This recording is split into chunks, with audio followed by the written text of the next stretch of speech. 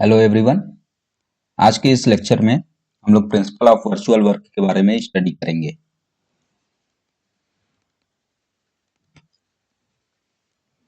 Principle of virtual work. Virtual work समझने से पहले एक और टर्म है जिसको समझना बहुत जरूरी है और वो है वर्चुअल डिस्प्लेसमेंट।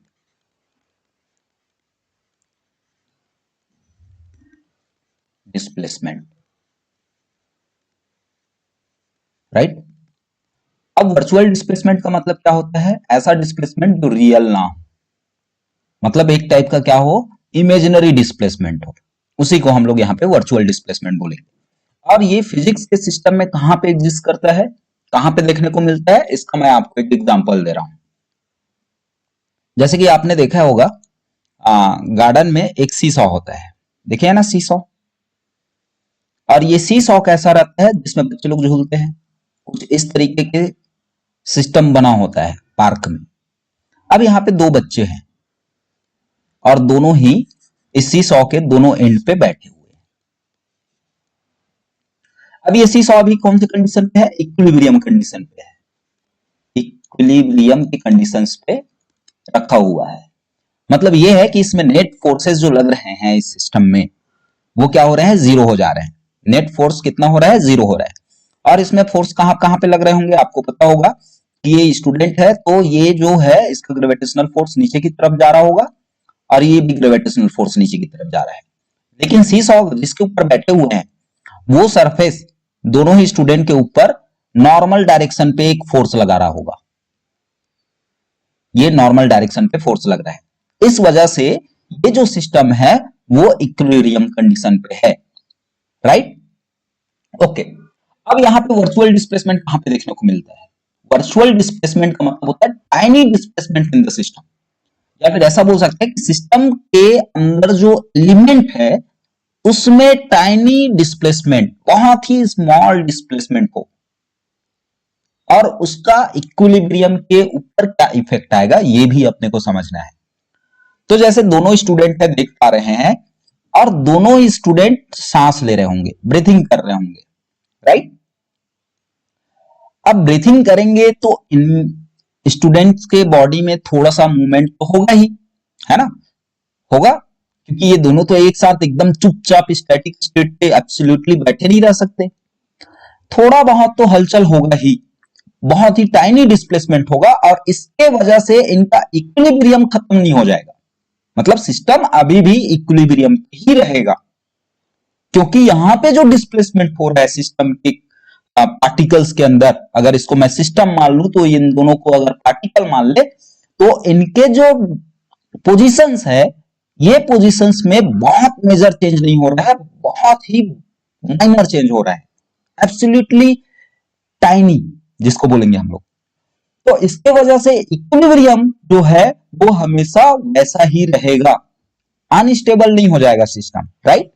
तो इसको हम लोग बोलते हैं वर्चुअल डिस्प्लेसमेंट का कॉन्सेप्ट, जो कि एक रियल डिस्प्लेसमेंट जैसा नहीं लगता।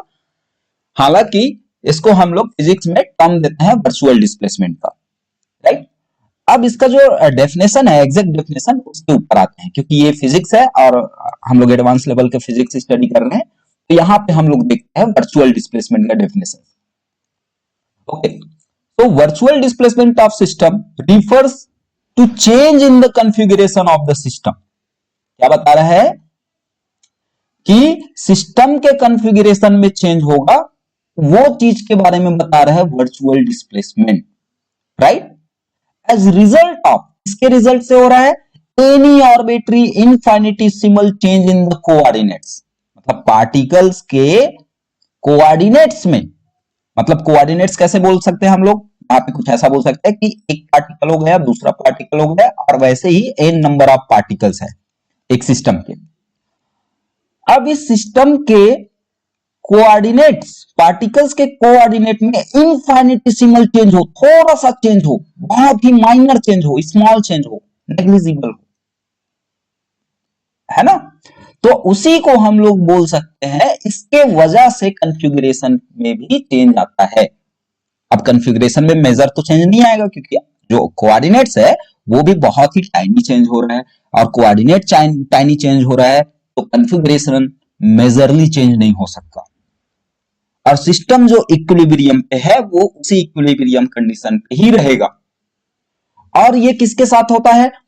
जहां पे फोर्स एग्जिस्ट करे, फोर्सेस हो और साथ ही साथ कांस्टेंट इंपोज रहे उस सिस्टम पे गिवन टाइम पे, तब हम लोग इसको बोलेंगे वर्चुअल डिस्प्लेसमेंट। तो एक साथ ऐसा बोल सकते हैं, virtual displacement of A system refers to change in the configuration of system as a result of any arbitrary change, infinitesimal change of the coordinates consistent with the forces and constant imposed on the system at given instant। अब यहां पे इस definition में और जो मैं पहले बताया हूं, उन दोनों जगहों पे आपको थोड़ा सा ध्यान देना पड़ेगा। यहां पे दो चीजें बोल रही हैं। ये जो वर्चुअल डिस्प्लेसमेंट आ रहा है वो किसके कंसिस्टेंट में हो रहा है? फोर्सेस। तो यहां पे फोर्सेस है भैया। कहां पे है फोर्सेस? ये जो ग्रेविटेशनल फोर्स लग रहा है डाउनवर्ड डायरेक्शन पे, ग्रेविटेशनल फोर्स डाउनवर्ड डायरेक्शन पे लग रहा है, ये है अपना फोर्स। लेकिन कांस्टेंट्स कहां पे है? कांस्टेंट ये जो नॉर्मल दिखाई दे रहा है, जो स्टूडेंट के ऊपर नॉर्मल दिखाई दे रहा है, वही है उसका कांस्टेंट। और ये दोनों के प्रेजेंट में ही हो पा रहा है, right? So our definition is a virtual displacement of system refers to change in the configuration of the system as a result of the infinitesimal change of the coordinates consistent with the forces and constant imposed on the system at given time, right? Suppose आगे बढ़ते हैं, sorry, suppose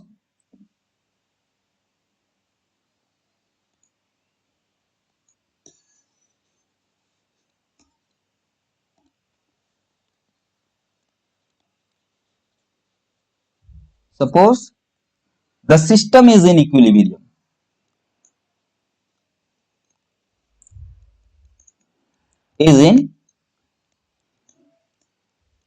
equilibrium, तो इसका मतलब क्या हो गया? Total force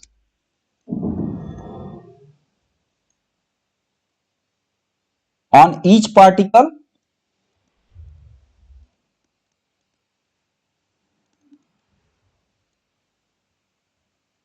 क्या हो जाएगा? Zero,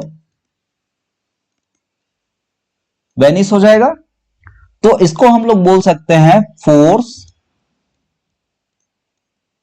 on ith particle is equal to zero, क्योंकि सिस्टम अभी कौन से कंडीशन पे है? इक्विलिब्रियम कंडीशन पे है, right?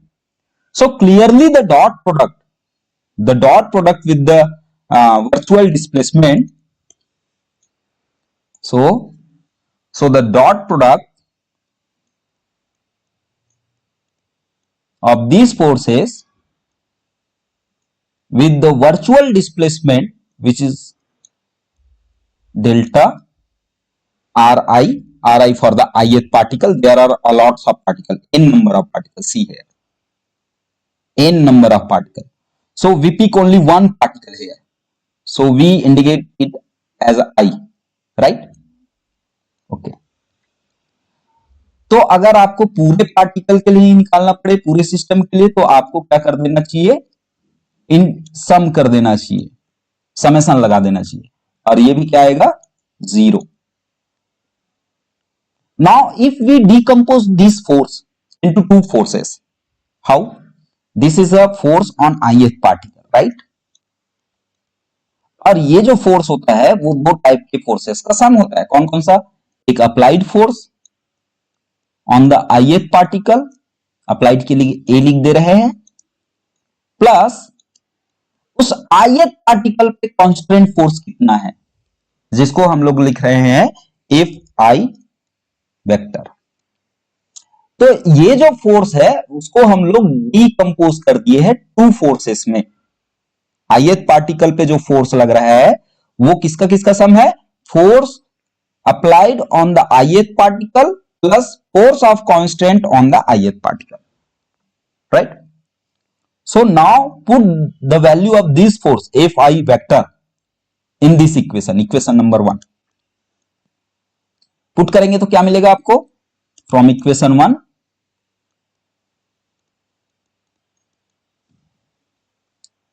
Some over i f i applied force plus f i vector dot product with the virtual displacement is equal to 0, right? So we can write in another way. Just open the bracket. I if I applied force dot product with delta r I vector plus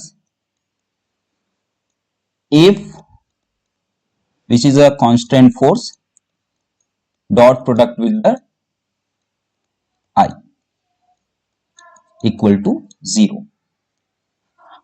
अब यहां पे इस expression को देखने पे आपको समझ आ रहा होगा कि ये जो कांस्टेंट फोर्स है वो dot product with virtual displacement आ रहा है। अभी अभी हम लोग एक एग्जांपल देखे थे सी सॉ का, उसमें कुछ इस तरीके सा केस बना हुआ था। यहां पे स्टूडेंट बैठे थे, 2 स्टूडेंट, ये कुछ ऐसा। अब इसमें आपको कांस्टेंट फोर्स देखना है। कांस्टेंट फोर्स कौन सा होगा? जो ग्रेविटी नीचे की तरफ खींच रहा है वो, या फिर जो नॉर्मल फोर्स लग रहा था वो? तो आंसर है ये नॉर्मल फोर्स यहां का कांस्टेंट फोर्स है, राइट? क्यों? क्योंकि ये ऑलवेज नॉर्मल परपेंडिकुलर डायरेक्शन पे वर्क कर रहा है। जो डिस्प्लेसमेंट है, जो मूवमेंट है, उसके परपेंडिकुलर डायरेक्शन पे ये नॉर्मल फोर्स है। जो फोर्स ऑफ ग्रेविटी है वो तो डाउनवर्ड है, लेकिन ये जो नॉर्मल फोर्स है वो क्या रहेगा? जो सरफेस रहेगा सीसॉ का, उसके परपेंडिकुलर डायरेक्शन पे होंगे। तो इसीलिए जो डॉट प्रोडक्ट है और यहां पे फोर्स और डिस्प्लेसमेंट के बीच में एंगल 90 का बने, तो ये जो टर्म रहेगा वो वैनिश हो जाएगा। तो बचा कौन सा टर्म?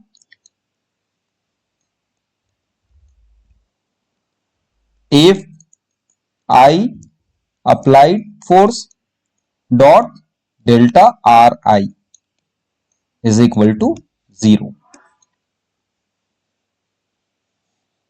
ये so we can say that for equilibrium of the particle, the virtual work of applied force is 0, right? So we should to write it.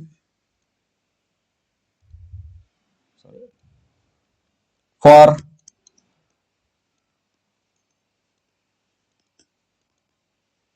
equilibrium of a system,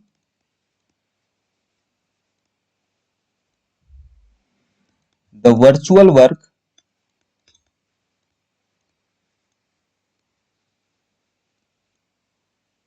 of applied force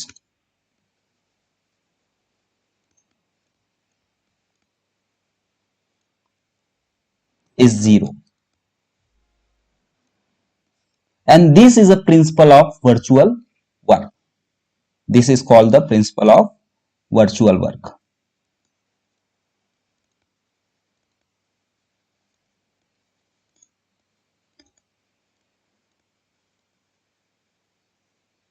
right? Okay.